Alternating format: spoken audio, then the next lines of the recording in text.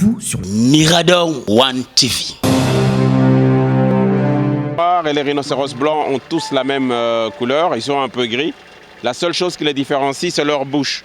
Le rhinocéros blanc, comme vous voyez, c'est un rhinocéros qui broute. Il a une mâchoire large, tandis que le rhinocéros noir a une mâchoire en forme de bec, parce que lui ne mange que les feuilles des arbres. Il n'est pas assez dangereux auprès des hommes. Si, il peut être dangereux quand il se sent menacé. Mais là, comme il est habitué à nos rangers, qui les surveillent aussi, donc il n'y a pas de souci. Mais si vous allez l'approcher et essayer de l'agresser.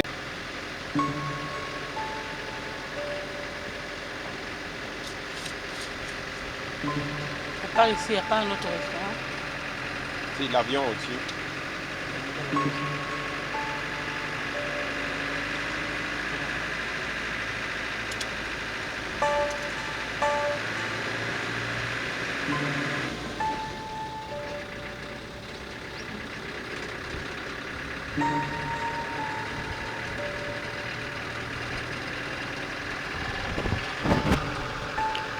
Bande Kobalandi à magazine Masolo à Congo, tokomi na étape ya mibale, donc la deuxième partie à Masolo na biso ya pokwa lelo.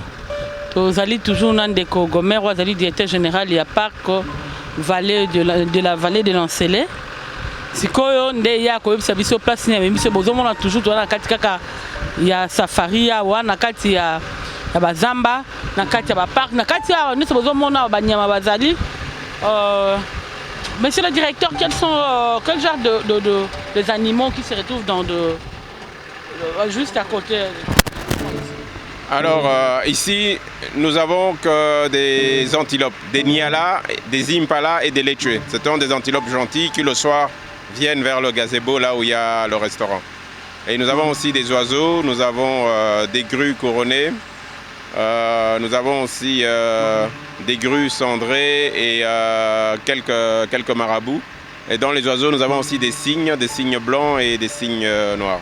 Voilà, ça c'est un peu la faune qu'on a dans Cap Aventure et Loisirs. Non, mais maintenant, là, on a vu aucun animaux, qu'est-ce qui se passe? Nous sommes à quelle heure? Ils ont l'heure à quelle ils se paraissent? Ou bien c'est avec votre vocation qu'ils peuvent se paraître? Non, en fait, ce qui se passe, c'est que les animaux ont des horaires à laquelle on peut les voir. Ou bien tôt le matin, c'est-à-dire de 7 heures, disons, déjà de 5 heures du matin jusqu'à à peu près 10 heures, on voit les animaux. C'est pour ça que nous organisons les safaris dans cette tranche d'heures. Et alors le soir, à partir de 16 heures, 15 heures, 16 heures, les animaux commencent à revenir vers le côté de la route. Comme il fait chaud, les animaux ont tendance à aller se cacher dans les matitis. Monsieur le DG, à quel moment vous les faites manger par les gens qui sont promis pour ça? Les animaux sont dans la nature, ce sont des animaux sauvages, donc on ne leur donne pas à manger. Ils se débrouillent tout seuls. Ils mangent eux-mêmes.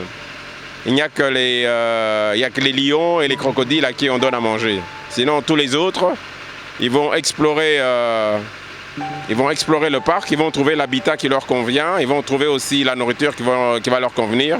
Et ils vont manger et puis aller boire, soit dans les lacs, soit dans les rivières, les ruisseaux que nous avons dans le parc.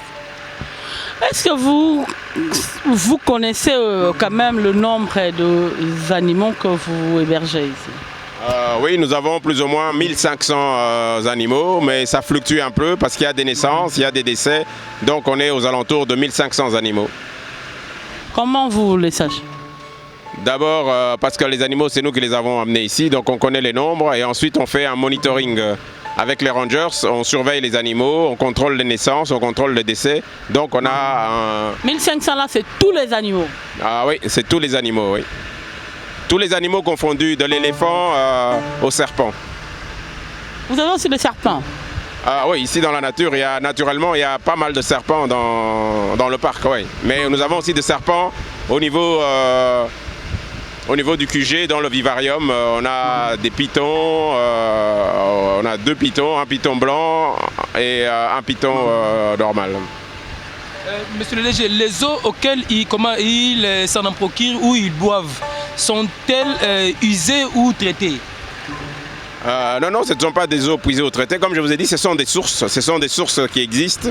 Et on a créé quelques lacs artificiels. On a bloqué les sources pour avoir une étendue d'eau qui est le lac. Les animaux peuvent aussi bien venir boire dans le lac ou bien carrément dans la rivière ou dans le ruisseau. C'est de l'eau naturelle. Entre eux, ils ne se mangent pas, peut-être le fait de l'eau mélanger, hein, entre eux, ils ne se mangent pas.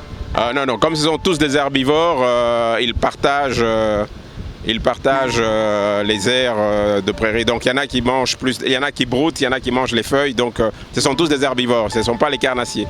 Les seuls carnassiers, ce sont les lions et eux, on leur donne à manger parce qu'ils sont dans un enclos fermé.